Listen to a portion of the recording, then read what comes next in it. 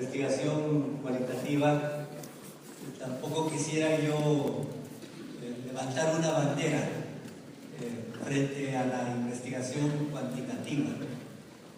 La investigación es una actividad que se nutre de muchos lados y tiene que ser cualitativa y también tiene que ser cuantitativa. No podemos despreciar una actividad por la otra. Pero yo sí les digo que lo que más he practicado yo es la investigación cualitativa, que tiene en el centro, el corazón de la investigación cualitativa, es la visión desde el actor o la actora, la visión desde el grupo o desde la sociedad misma. Y luego el otro aspecto, enfrentamiento armado de Guatemala. Entonces, lo que yo voy a hacer es reflexionar sobre esa investigación que hice en 1983-84, trabajo de campo, y después en México redacté durante 2 años, y que es lo que Artemis acaba de presentar y se acaba de publicar. Es un trabajo que estaba enterrado y que ahora ve la luz del día, y que consiste en seguir el proceso del levantamiento de la población o el pueblo indígena campesino del Ixcal. Y desde ese seguimiento local, Ixcal, pues tratar de ver el conjunto del enfrentamiento armado, es decir, de la guerra popular revolucionaria, pero visto desde el sujeto civil, desde la sociedad civil. Es decir, no es un estudio de la guerrilla, ni es un estudio del ejército, sino que ese es un estudio de la sociedad civil, del pueblo del Ixcal, campesino, indígena, y cómo se levanta, cómo se vincula a la guerrilla. Y por supuesto, entonces, es también una investigación sobre la guerrilla, pero desde los ojos campesinos. Entonces, esto es lo que yo voy a tratar de presentar, es decir, la reflexión sobre esto. Para mí una alegría estar aquí. Bueno, al cantar el himno de la universidad, gaudeamos y alegrémonos mientras somos jóvenes. Entonces, alegres los jóvenes con todo. Pero también hay un verso que habla de la senectud, ¿verdad? Sí. Entonces, esta plática yo quisiera dedicarla especialmente a la juventud que está aquí presente. A lo mejor es un poco utópica, porque yo no sé qué grado de implicación tienen ustedes en el compromiso de investigación, y más aún en el compromiso de investigación de temas de violencia. Entonces, si yo aquí hablo de la investigación, es una investigación sobre la violencia, sobre el enfrentamiento armado. La violencia política que vivimos, que se terminó con la firma de la paz, se ha transmutado y seguimos viviendo una violencia que probablemente, en cuanto a números, y si la cuantificación es buena, en cuanto a números es mayor que la que vivimos en el enfrentamiento armado. Creo yo que la experiencia de investigación del enfrentamiento armado puede dar alguna luz quisiera yo dar recetas. Puede dar alguna luz para ver cómo a algunos de ustedes, Júbiles Tunsumus, ya somos jóvenes, algunos de ustedes se animan a hacer investigación sobre la violencia. ¿Qué respuesta tiene que dar la ciencia social ante el problema de la violencia? ¿Qué respuesta tiene que dar el investigador o la investigadora hoy al problema de la violencia? ¿Qué respuesta? ¿Nos quedamos sentados? ¿O vamos a aprovechar eso que estamos aprendiendo y lo vamos a poner en práctica? Ahí es donde digo yo que a lo mejor soy utópico, pero Júbiles Tunsumus, mientras somos jóvenes, tenemos esa fuerza para aventurarnos y para usar la ciencia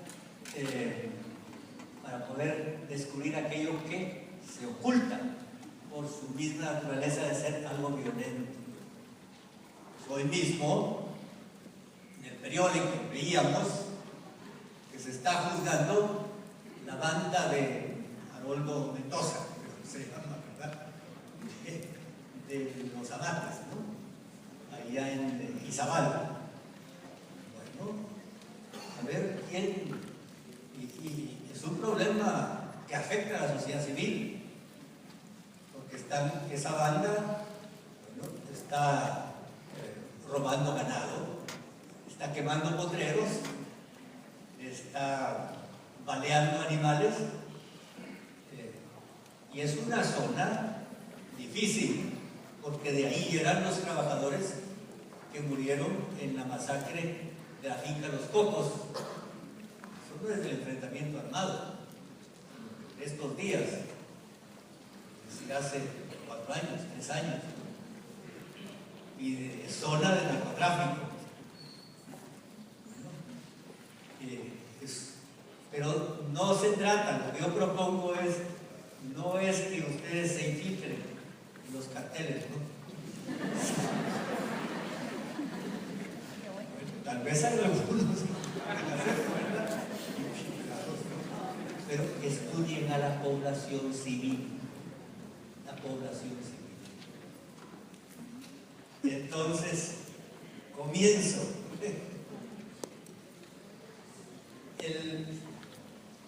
Yo voy a hablar, creo yo, que tres puntos, ¿no? En investigación. Primero, la selección del tema. Segundo, lo que nosotros los antropólogos llamamos el trabajo de campo o la recolección de la información. Y tercero, el análisis y sistematización, un poquito de cola sobre la redacción, pero no me da tiempo para entrar más en eso. La redacción es otro parto, ¿verdad? Y algunas conclusiones, ¿no? Entonces, lo primero, en mi experiencia en este caso, ¿no? ¿De dónde vino la selección del tema? ¿Por qué se me ocurrió a mí el hacer una investigación sobre el levantamiento de la población en Chicago? Entonces, lo que yo quiero decir es, la selección del tema ordinariamente no se hace en una oficina. Tal vez en una oficina se llega a la decisión última, ¿verdad? Por lo menos en mi caso, yo veo que la selección del tema de investigación es muy importante, pensar eso. ¿Por qué? ¿Por qué voy a elegir un tema? En mi caso, la selección del tema fue un proceso, pues, de varios años, reflexionando, tal vez, de diversas experiencias. Yo menciono unas cuantas para mostrar cómo se va afinando esta decisión. Ustedes tal vez conocen el libro de Quiché Rebelde. Al final de Quiché Rebelde yo me pregunto, ¿qué haría falta para que en esta zona sur del Quiché hubiera un levantamiento de la guerrilla? Es decir, la guerrilla apoyada por la población civil. Si ustedes leen el Quiché Rebelde, en una de sus conclusiones, verán que lo que ahí digo está completamente fuera de contexto. No tenía yo idea de lo que estaba hablando, pero ya tenía el gusanillo. ¿Por qué? Bueno, otra segunda experiencia. Un poquito antes del terremoto del 76, Joaquín Noval, como ustedes tal vez por lo menos conocen su nombre, un antropólogo y además un gran político, él me ofreció ir a hacer una investigación de una semana, un trabajo de campo de una semana, en la zona de San Marcos, donde estaba la estructura de paso de frontera del Partido Comunista. Pero él, a esta estructura que estaba armada, le daba una proyección más grande y la llamaban la guerrilla de la milpa. La guerrilla de la milpa, que no era ORPA, ni era tampoco EGP, sino que era, digamos, un bracito, tal vez no reconocido, del Partido Comunista. Me llevó ahí y, bueno, yo tuve que cruzar a nado el río Suchiate de noche y conversar con mucha gente, siempre, no clandestinamente, sí clandestinamente las entrevistas, porque no se podía decir lo que yo estaba haciendo, pero uno se presentaba en público, ¿no? Entonces, al final de esa semana, yo me puse a redactar y realmente no había acertado,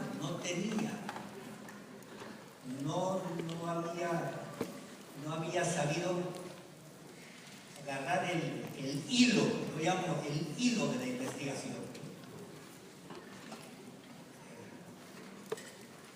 Bueno, después, otra experiencia que tuve también, un cura amigo me contó cómo había sido la toma de Nevaja en 1979 por el EGP, ya el EGP. Y me lo contó con pelos y señales, ¿no? Y después me llevó a su parroquia y allí estuve yo platicando con mucha gente y me di cuenta que al estudiar a fondo un hecho como era una toma de propaganda armada, adquiría una intelección, se me iluminaban los ojos ante algo. Ahora sí entiendo de qué se trata. Lo redacté en México en el 79, un artículo nada más, que después salió publicado en una revista de Costa Rica con seudónimo, pero antes de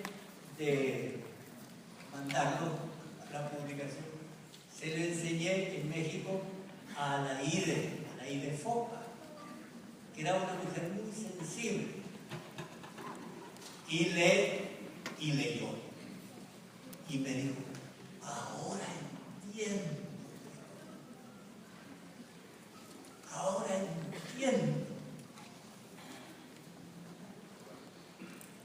Hay una buena investigación que da inteligibilidad a una cosa que uno ve por fuera y no sabe cómo está funcionando. Luego ella se involucró y no digo yo que por eso, pero ahí como que ya iba yo entendiendo de qué se trata. Entonces, es el gusanillo. El tema de investigación se va seleccionando gracias a un gusanillo que está en la mente y que le dice a uno, vamos a averiguar más, vamos a averiguar más. Entonces sucedió ya que estando en Nicaragua, bueno, también en Nicaragua fuimos a hacer investigación con el Miribla, apareció en la vida que leyó Gerardo, el Miribla. Eran los tiempos de la Revolución Sandinista, banderas y himnos y todo, ejemplo de América Latina. Pero en Matagalpa y Jinotega, en la montaña, estaban haciendo la contra con un descontento. Entonces nos mandaron a dos, un compañero nicaragüense y a mí, a investigar qué es lo que estaba pasando ahí. Entonces encontramos dos bandas, eran grupitos, guerrilleros contra la revolución. Uno era la banda del Pocoyo y otro era la banda de Dimas. Bueno, Arturo, tú te vas con el Pocoyo, yo me voy con Dimas, pero ya se nos habían quebrado. Entonces nosotros solo seguimos los restos, buscando por qué se levantan. Ahí estaba ya la semilla de la selección de esto, ¿no? ¿Por qué se levanta el campesinado? En aquellos lugares no era campesinado indígena. ¿Por qué se levantan? ¿Qué descontentos hay? Bueno, era una zona cafetalera, la del Pocoyo eran proletarios, de fincas privadas que el Estado había confiscado, y la de Dimas eran hijos de pequeños campesinos. Bueno, ya, ahí estaba ya ese cariño. Llega el tiempo en que decimos nosotros, mira, ya estuvimos fuera lo suficiente, tenemos que regresar a Guatemala. Pero ¿cómo vamos a regresar a Guatemala en plena guerra? No, hay una posibilidad.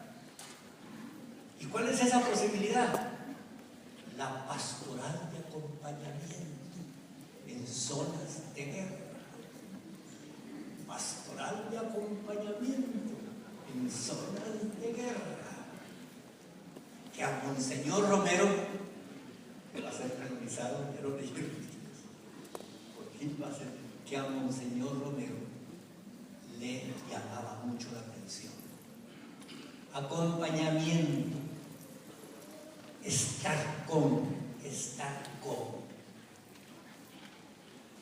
Si puedes, bautizas, pero no es lo principal. Si puedes, dices misa, pero no es lo principal. Lo principal es estar con.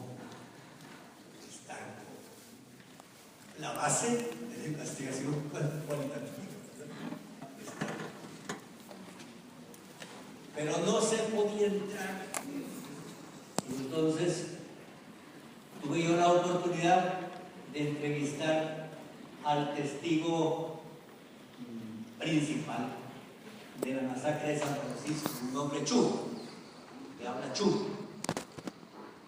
Lo entrevisté en México, en el 82. Bueno, una cosa tremenda, inconcebible. Yo dije, también ahí se me iluminaron los ojos. ¿Cómo es posible? ¿Cómo es posible? Primero, no es cómo es posible, sino que es realidad. Lo que veíamos en los periódicos es realidad. Que en una tarde, en un día, matan a 350 personas, niños.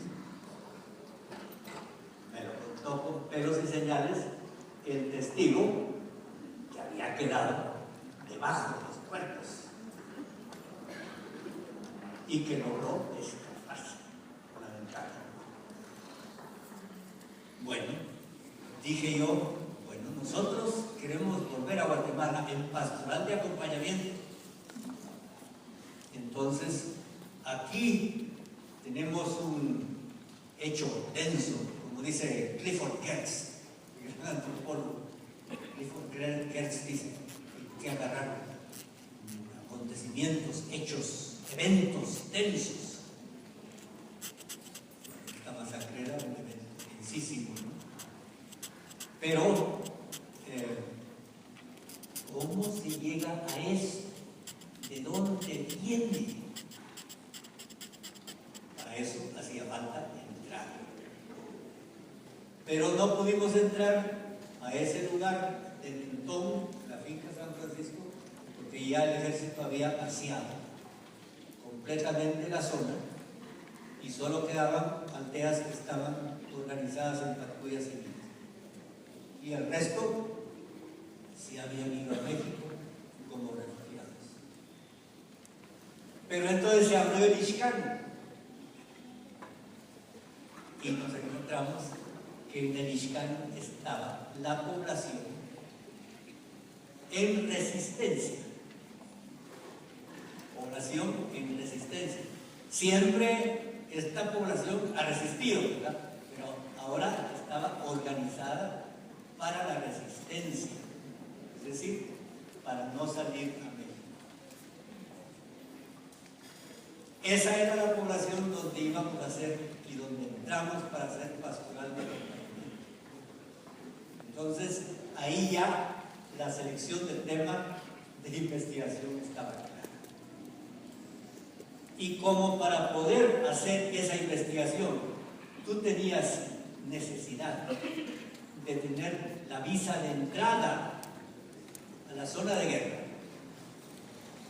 ¿Quién te iba a dar la visa de entrada a la zona de guerra? El ejército no. Entonces, las OPLAS, la guerrilla. El EGP, en concreto, era el que dominaba en esa zona de resistencia. Entonces, hicimos como un pacto de caballero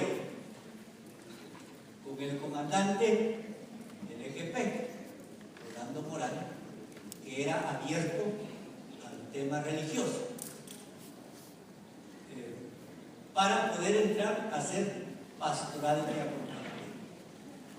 Pero como yo soy antropólogo, tenía el gusanillo, entonces yo explícitamente dije, voy a hacer pastoral de acompañamiento, pastoral, pero a la vez que pastoral, voy a hacer también investigación. Y así fue como quedó definido el tema, y cuando en un grupito entramos en la zona de guerra en 1983, estaba fresca, las masacres estaban frescas. Entonces yo hice esta investigación, este trabajo de campo.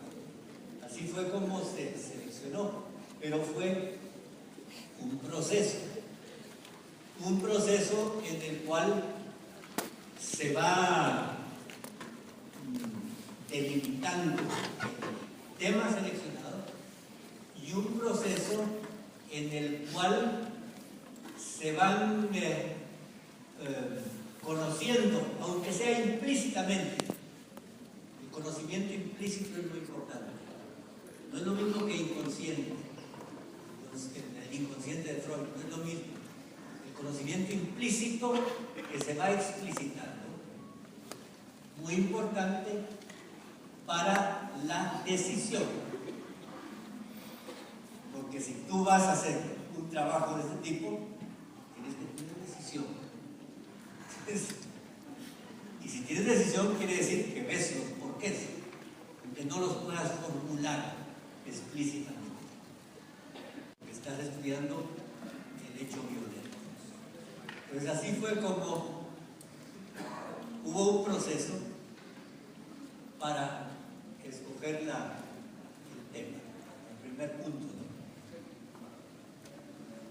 El segundo punto, bueno, ya en la montaña, entramos en septiembre del 83, entramos, los refugiados que estaban en México nos sirvieron de guía para llegar hasta los campamentos de la población y entonces comenzar a hacer la investigación. ¿Cómo recoger los datos? Lo primero que estábamos nosotros en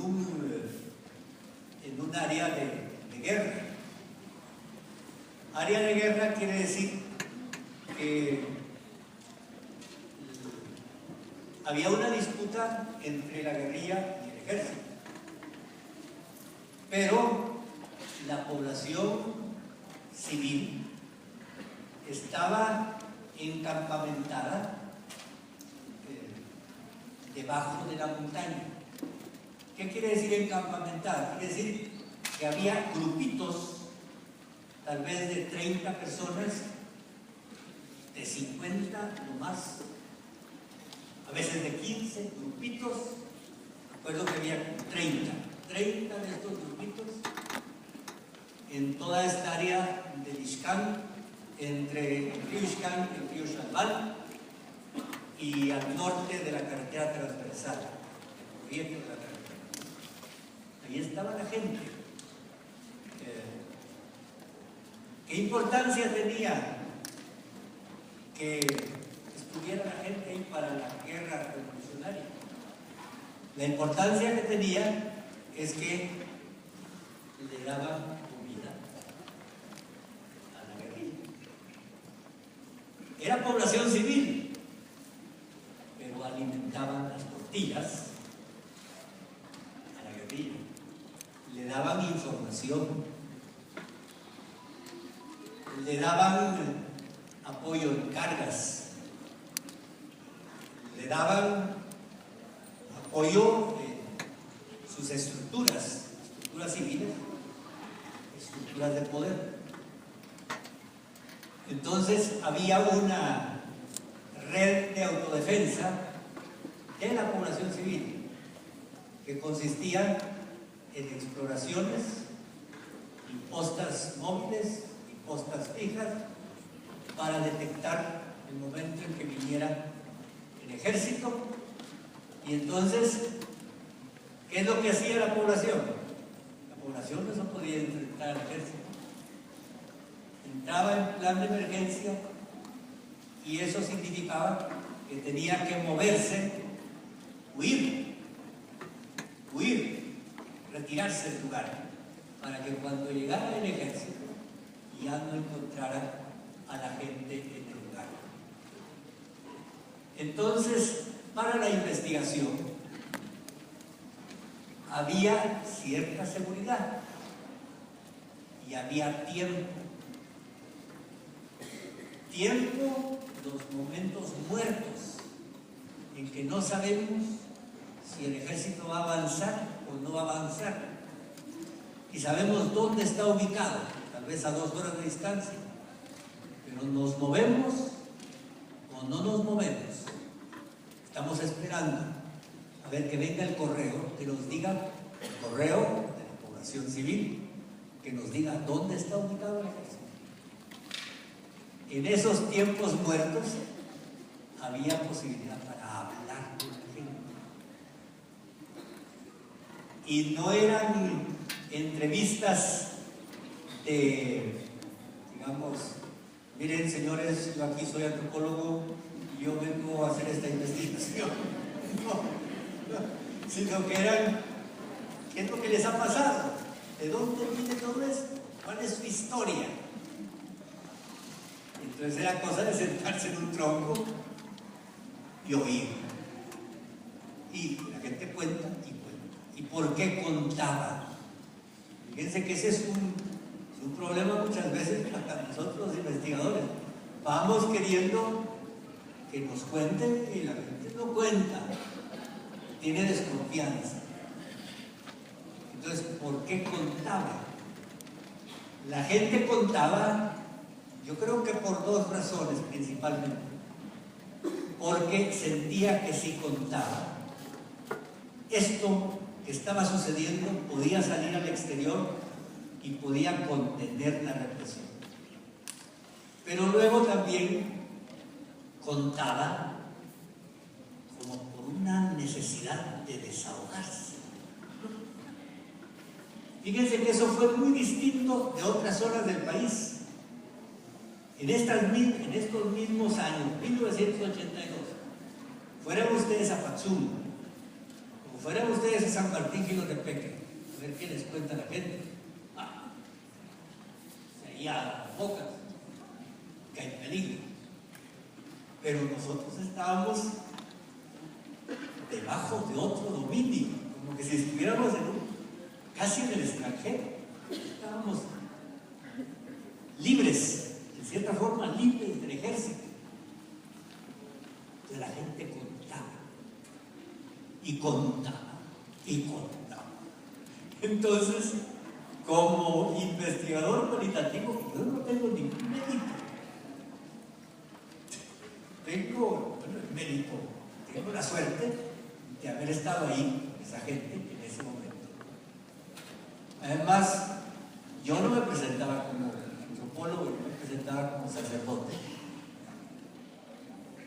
Entonces la gente, pueblo de Nixcán, había recibido esas tierras por los mérinos de Huehuetenango, y a Guillermo Woods, un sacerdote mérino, según la opinión de la mayoría inmensa de la gente, lo había bajado el ejército de su avioneta disparando. Entonces tenían esa confianza. Pero más aún, creo yo que la confianza, no solo el deseo de contar, sino la confianza para contar, les venía porque yo no podía estar ahí si no hubiera habido un aval de las fuerzas revolucionarias. Entonces, no podía yo ser un traidor, porque los compas me habían dejado entrar. Entonces, en cierta forma, esto, digamos, la investigación en cierta forma se debe a la confianza que tuvo también la guerrilla en nosotros, de que yo fuera a hacer esa investigación. Entonces, esa fue como la parte esta de la recolección de la información. Pero dentro de este tema de la recolección de la información, si estás haciendo un trabajo de investigación sobre la violencia, el registro de esa información tiene que tener un cuidado especial. Entonces, ¿cómo era el registro? Bueno, esto no tiene que ver con el ejército, primero. Yo, mi experiencia es que cuando tú hablas con alguien de quien quieres aprender, entonces cualquier palabra es importante. Yo no teníamos grabadoras, no había de esas digitales de hoy, ¿verdad? Imposible llevar pilas. Y peor después, ¿quién va a transcribir todos esos cassettes? Entonces, yo llevaba un cuaderno en la mochila, un cuaderno y las entrevistas, el diálogo con la gente, todo, apuntar todo, ¿qué va a decir? Como que si fuera taquigrafía, todo. Y yo les digo, esta no es receta, por esto no les funciona a ustedes, ¿no? Pero mi forma de hacerlo no era hacer un esquema, nada más, y después yo me voy a cortar después. No, todo. Pueden ver en ese libro, hay lo que yo llamo testimonios. Después de cada capítulo hay unas páginas de testimonio, pero no grabados, sino que a mano. Como que si uno está oyendo a un gran profesor o a una gran profesora que viene aquí y le quieren tomar todas sus palabras, porque son valiosas. Así hice yo. Y luego yo llevaba un cuaderno en la mochila donde escribía lo que me contaba. Y luego llevaba también una hojita para el diario de campo. Estas son mañas, pero a uno le puede servir, ¿verdad? Una hojita, así como esta, ¿no? Entonces, ¿qué diferencia hay? La hojita para el diario, lo que tú vas viendo. El cuaderno, primero que lo sacas de la mochila y que lo sacas, está en una bolsa de nylon y abres la mochila. No, esto es inmediato. Le sacó ya aquí. Va uno apuntando la cantidad de información que hay alrededor de ti. Cantidad de información. Va uno como una esponja. Pero luego, ¿qué haces con ese cuaderno? Ahí viene el punto de la seguridad. La seguridad del registro. Entonces, los compas sabían que yo estaba haciendo esta investigación. Entonces, terminado un cuaderno, se los daba a ellos y lo embuzonaban, ¿no? Y lo mismo, vienen esos 5 cuadernos, la guerrilla, no yo, sino que la guerrilla los trasladó desde la montaña hasta la Ciudad de México.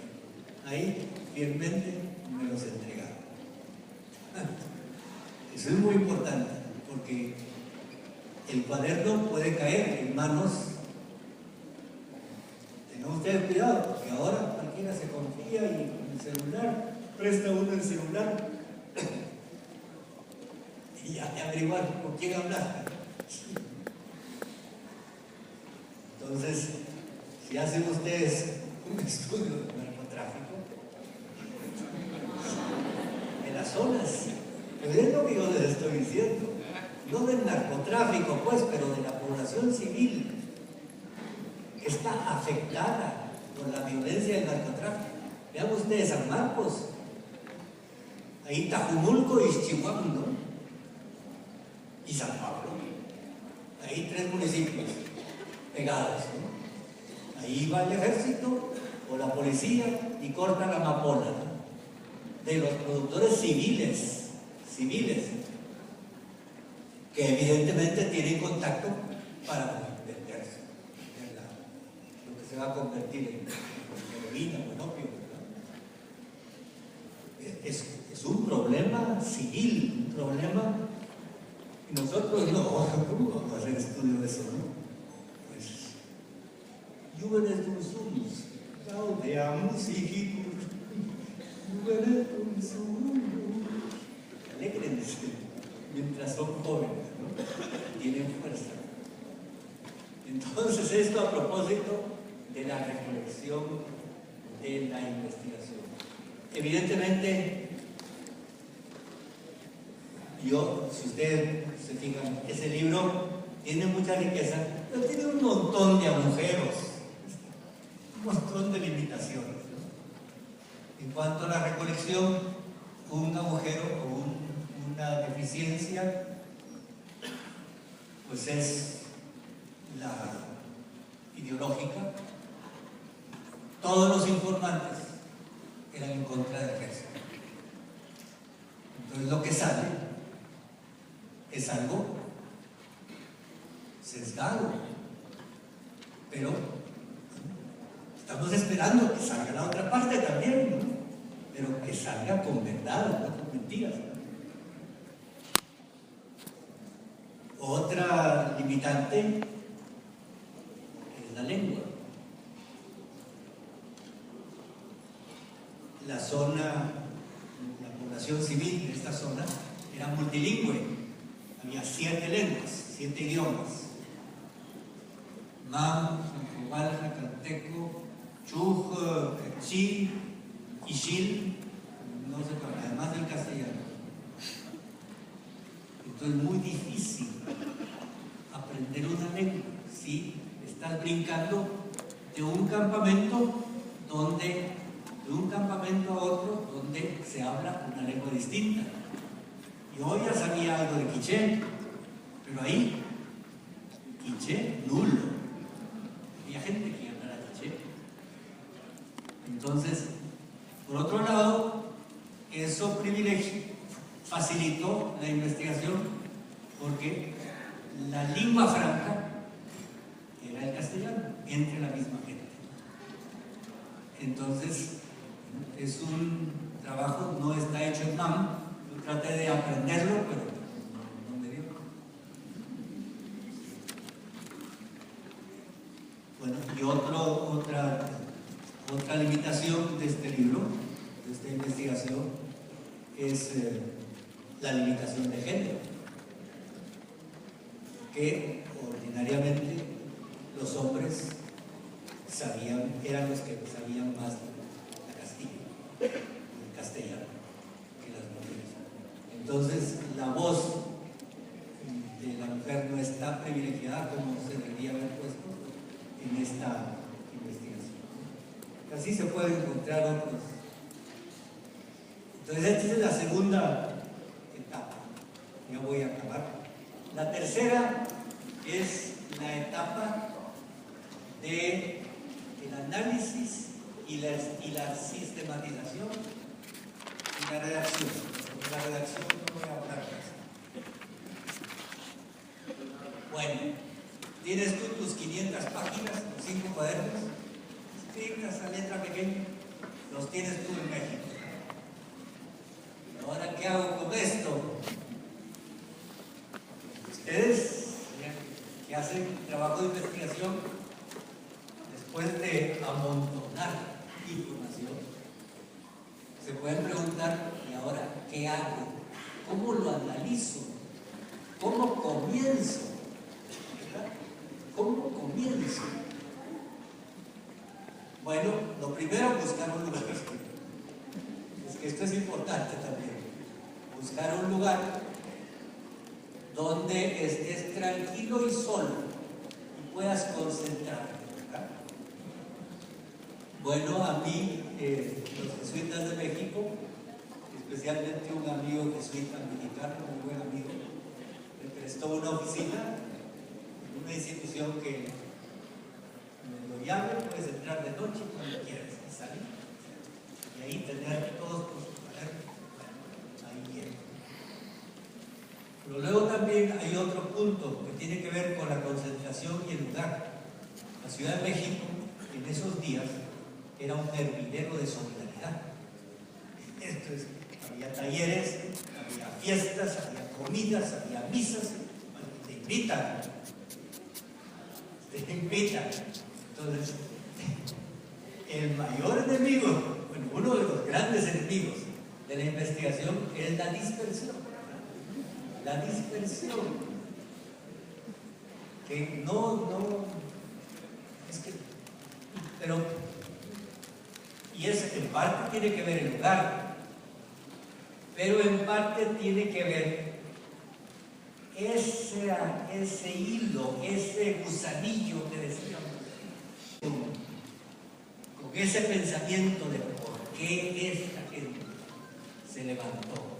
Si eso te mueves, entonces es algo que vayas tú en el metro, que vayas tú de un lado a otro, tú vas llevando esa pregunta y las preguntas que se unen a esa pregunta, son miles de preguntas, pero todas unificadas en un solo hilo conductor, las llevas tú en tu cabeza. Y de noche está trabajando, yo no sé cómo trabaja la mente, y al día, al amanecer, encuentras la relación, encuentras cómo seguir. Y yo creo que esto es muy importante, porque estas no son recetas, pero creo que es importante el ver cómo nos vamos haciendo investigadores. Es algo como una identidad, algo que no solo una identidad laboral, ¿verdad? O de profesión. Yo soy antropólogo y yo casi no veía antropólogo, sino que como una identidad de sentido, que lo que estás haciendo vale la pena y hace falta aguantar. Y si tú duras un año en esto, o si duras 2 años en esto, necesitamos la constancia, la concentración. Investigador, no como el policía, ¿verdad? El policía es investigador, y su tarea también es digna, como la nuestra. Pero algo que te vaya convirtiendo en algo, casi diría yo, lo que tiene que ver con el sentido, casi diría yo, algo como religioso, algo como espiritual. Te vas convirtiendo en investigador. Y ser investigador en estos países es la cosa más rara que hay. Es un investigador de estos que se esconden en un cuarto, están en una oficina pensando. Rarísimo. Yo vivo en un pueblo, tengo ahí una pequeña biblioteca. Y están los cohetes y los bailes, y las máscaras y todo. Y yo estoy escondido ahí, salgo, pues socializo con la gente, pero lo que yo estoy haciendo no se comprende, pues es raro, ¿verdad? Entonces hace falta aceptar esa rareza. El bien, no de la ciencia, sino que el bien de la fuerza que estos conocimientos pueden tener para la transformación de nuestros pueblos. Entonces, esto era sobre, estaba en el análisis, sí. Entonces, estamos con, así, la Ciudad de México, en un lugar, y después la concentración, ¿verdad? Y luego, bueno, ¿qué hago con esos cuadernos? ¿Qué hago con esos cuadernos? 500 páginas, letra menuda. Lo primerito, ordenarlos. Ordena tu material. Ponle número al cuaderno. Cosa tan obvia. Ponle número a las páginas. Va a servir, ¿no? Es decir, una mirada de conjunto. Segundo, y esto lo digo aunque es tan obvio y tan humilde, pero es una fuente muy grande de conocimiento fresco. Luego, lee todos tus cuadernos, todo tu material, léelo de nuevo y lo vas fichando. Entonces, una ficha donde pones tú la página del cuaderno, el número del cuaderno, la página del cuaderno, pones tú la categoría, ya va entrando la teoría. Entonces, la categoría y luego una breve descripción. Una ficha, que no te dure más de 2 minutos hacer una fichita de esas, ¿no? Que sean fichas baratas, que no te dé pena romperlas y hacer una más y otra menos, ¿no? Vas fichando y con un lápiz rojo vas marcando dónde está el punto que fichaste. Y así vas leyendo, fichando, marcando, leyendo, fichando, marcando, leyendo. vas reviviendo. En tu memoria vas reviviendo lo que te dije, la cantidad de cosas que te dijo la gente, ese borbotón que salió de sus bocas, ¿no? Lo vas amontonando fichas. No te preocupes, solo que no se te pierda. Vas amontonando fichas. A mí me tardó tal vez como mes y medio eso. Tarda tiempo. Algunos de ustedes son más rápidos, más intuitivos, más inteligentes. Y tal vez no les hace falta hacer eso. O tal vez lo pueden hacer con la computadora. Esta es una forma artesanal.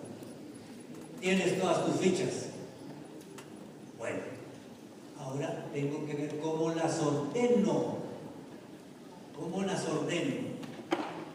Entonces, según fuiste fichando, ya fuiste escogiendo categorías.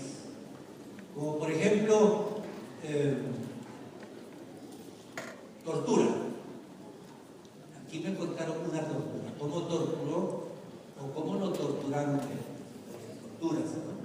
Entonces voy juntando todas las que son de tortura. O ajusticiamiento. Todos los ajusticiamientos. O si no, porque el estudio también tiene el aspecto económico. Cardamomo. Todo lo que es cardamomo aparte. Todo lo que es café aparte. Todo lo que es ganado aparte.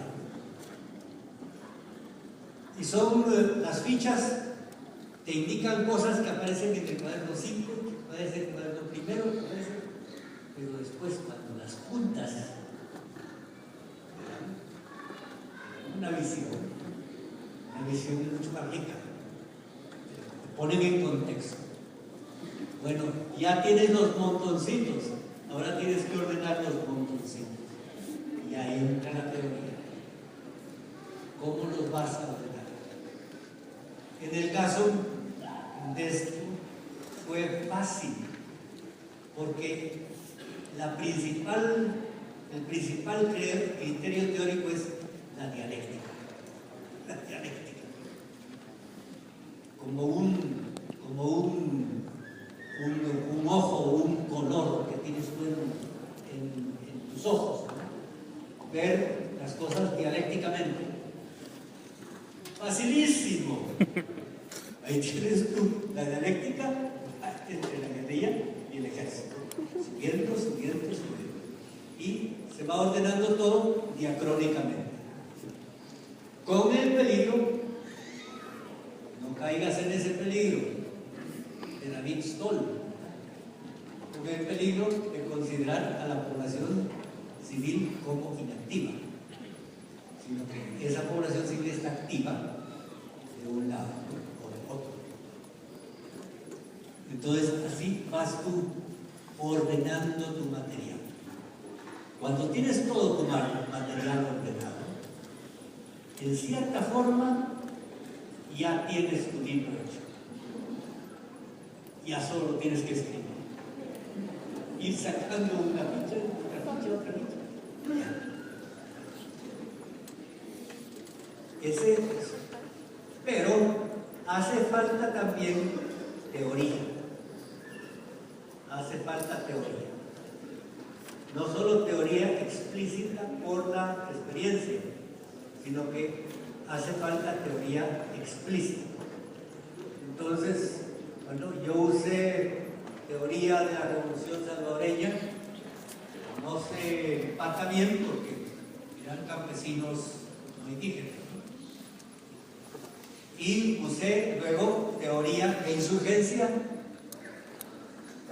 documento de Ricardo Ramírez, que dio origen al EGP, y teoría de contrainsurgencia, de otro general inglés que trabajó en la Indochina. ¿Vean? Cuerpos teóricos. Y yo les digo esto, no así he trabajado. Piensen si no soy ortodoxo. Para mí, tal vez es porque no hay, tal vez una persona que es intelectualmente de capacidad más teórica, no trabajaría así. Pero para mí, la teoría es sirvienta de la experiencia. Entonces, en mi caso, sé que a ustedes en sus cursos de metodología de investigación les dicen, primero el marco teórico, las hipótesis, la metodología, todo lo demás, ¿no? Después no se junta bien una cosa con la otra. Bueno, yo he trabajado al revés, por eso les digo que soy un poco heterodoxo en esto. Para mí primero, el material, que ya ha sido recogido con cierta teoría implícita, el material. Y después, para este material, ¿qué teoría me ayuda? Me ayuda para entenderlo, para entender este material. Y así fui yo buscando teoría por aquí por allá y probándolas, porque son hipótesis, las hipótesis que salen de la teoría. Eso, si ustedes quieren verlo en ese libro, lo verán. ¿Cómo trabajo? Hay otro volumen que saldrá después, de las masacres, que no es lo mismo que masacres de la selva. Yo andaba buscando qué teoría usar, y le fui a preguntar a un jesuita, que fue uno de los que mataron en El Salvador, Martín Barón, que conocía mucho de mi biografía, y me dijo, teoría de los desastres, tratar al ejército como que si fuera un huracán, y la población que se salva o que cae. Ya, teoría de los desastres, ¿no? Para explicar por qué unos sobrevivieron y otros murieron. Entonces, esto a propósito de la teoría, que creo que es muy importante. La teoría es muy importante, porque la teoría está hecha de muchas experiencias que se generalizan y se piensan. Y ahí entra también la epistemología. Y tal vez con esto voy terminando, que otra deficiencia que tiene este trabajo, es que yo no estuve en lo que cuento ahí. Yo no estuve. Porque ahí está la historia real de la gente que se alzó antes de las masacres. Yo no estuve, yo no vi cómo la gente se alzaba, solo me contaron, ¿verdad? Entonces esa es una deficiencia, ¿verdad? Aunque estuve en el lugar. Pero hay un tipo de conocimiento que yo recuerdo que Ignacio Ellacuría, un gran filósofo, uno de los 6 que mataron en El Salvador, decía el conocimiento por ósmosis. Por ósmosis. Se te pegan las cosas. Entonces, ¿qué quiere decir eso? No es lo mismo que la observación participativa. Observas y tomas datos, ¿verdad? Y participas solamente, sino que es algo más. Que tú, por estar viviendo con esta gente, por ósmosis, vas aprendiendo cuáles son sus reacciones, cuáles son sus formas de interpretar la realidad o de interpretar su historia. Entonces, bueno, al estar yo ahí, de alguna manera recibí ese conocimiento. Y aunque ese volumen no supone la participación testimonial de los hechos del levantamiento campesino, sin embargo, lleva consigo el conocimiento por ósmosis que posibilita la interpretación correcta de lo que ellos narran. Y con esto termino. Correcta. ¿Qué quiere decir la interpretación correcta? Ahí entra otro tema epistemológico, otro tema de conocimiento, y es el conocimiento de la inteligencia sentiente que dice Zubiri, otro filósofo, la inteligencia sentiente, o que en términos mayas, aquí hay algunos mayas que vi yo, que cuando se cantaba el himno nacional mantenían su boca cerrada. Algo quería decir, algo quería decir, pero esa es una definición. El nahual, el conocimiento del nahual. Todos tenemos nuestro nahual, y nuestro nahual es como un pájaro que canta por dentro y que te indica por dónde caminar. ¿Y cómo te indica? Para no caer en lo místico, ¿no? En términos epistemológicos. ¿Cómo te indica? Te indica por consonancia. Entonces, así te das tú cuenta de cuándo vas en el camino correcto, cuándo tu interpretación es correcta, si hay consonancia. Y si hay consonancia interior, si hay consonancia interior, te produce estremecimiento. Lo que estás tú investigando te remueve por dentro, pero te deja, no es consonancia, no disonancia, pero te deja en paz, en tranquilidad profunda. A veces es un poco budista esto. Entonces, con eso termino, ¿verdad? Dando estas experiencias. Están, yo las escribí, pero si leía era demasiado largo, pero creo yo que las van a publicar en una de las revistas, en la revista de la Dirección de Investigación. Entonces, mercado de psíquico, aprovechen su juventud o sus fuerzas, aunque ya no sean jóvenes, porque yo hice esto a los 60 años, 50 y tantos, 60, y era joven, ahora ya 82. 82.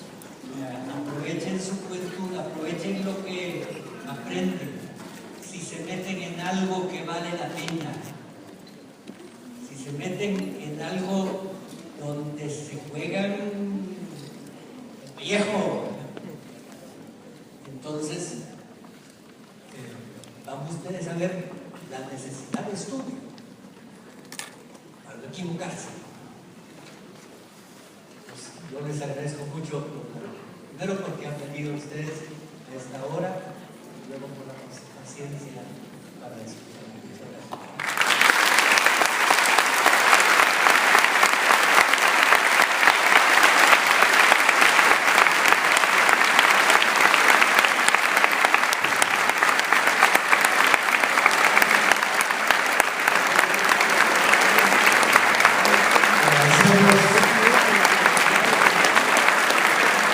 Gracias, magistrado, sobre la metodología felicitación al partido del padre Ricardo Falla. Asimismo, pasamos al penúltimo punto de reconocimientos, pero también un reconocimiento a Tebe Usac por su